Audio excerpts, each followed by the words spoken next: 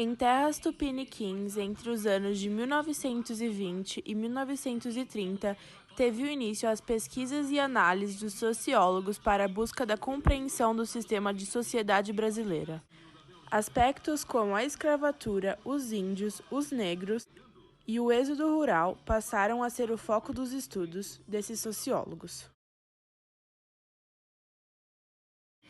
Gilberto Frei com a obra Casa Grande e Senzala, de 1933, Sérgio Buarque de Holanda com o livro Raízes do Brasil, em 1936, e Caio Prado Júnior com a obra Formação do Brasil Contemporâneo, em 1942.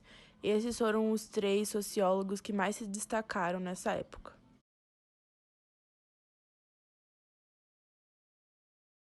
Passada a fase inicial, a sociologia no Brasil direcionou sua atenção para se aprofundar em temáticas voltadas aos trabalhadores.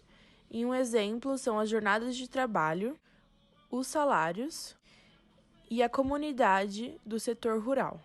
Foi na década de 60 que a sociologia dedicou prioridade ao processo de industrialização no Brasil.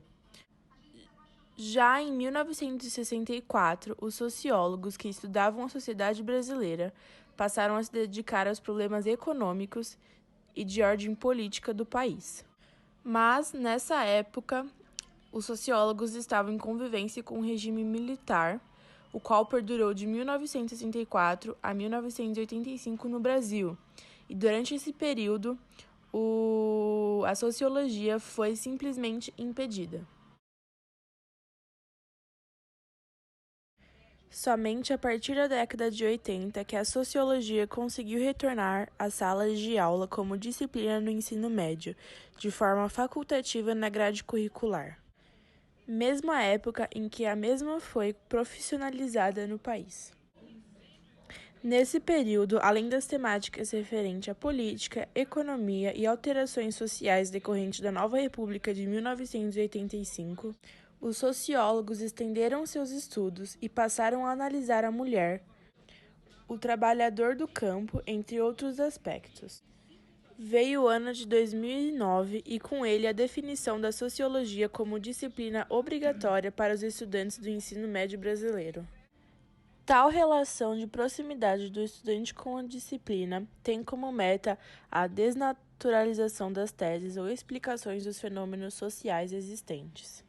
Ou seja, sem desprezar o valor da história, trata-se de validar que tudo nem sempre foi como é hoje, observando que no decorrer da história ocorreram consideráveis alterações resultantes das decisões do homem.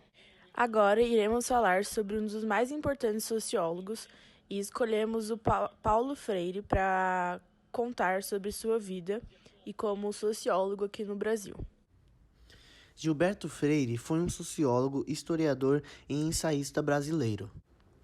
Autor de Casa Grande e Senzala, que é uma das obras mais representativas da sociedade brasileira. Recebeu o Prêmio Internacional La Madonnina, o Prêmio Machado de Assis, entre vários outros.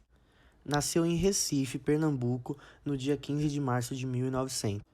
Aos 17 anos, foi para os Estados Unidos como bolsista. Estudou artes liberais na Universidade de Baylor e fez sua pós-graduação na Universidade de Colômbia. O livro Casa Grande e Senzala é a obra mais conhecida de Gilberto Freire. Na obra, Freire foca a questão da miscigenação racial durante o período colonial brasileiro e ousa explicar a formação social brasileira através da vida nos engenhos. Apontou também os engenhos e as estruturas físicas que o cercava, como Casa Grande, Senzala, casas de moer e capelas. O livro, além de tudo, explica a organização e o funcionamento interno e a hierarquização dos cômodos.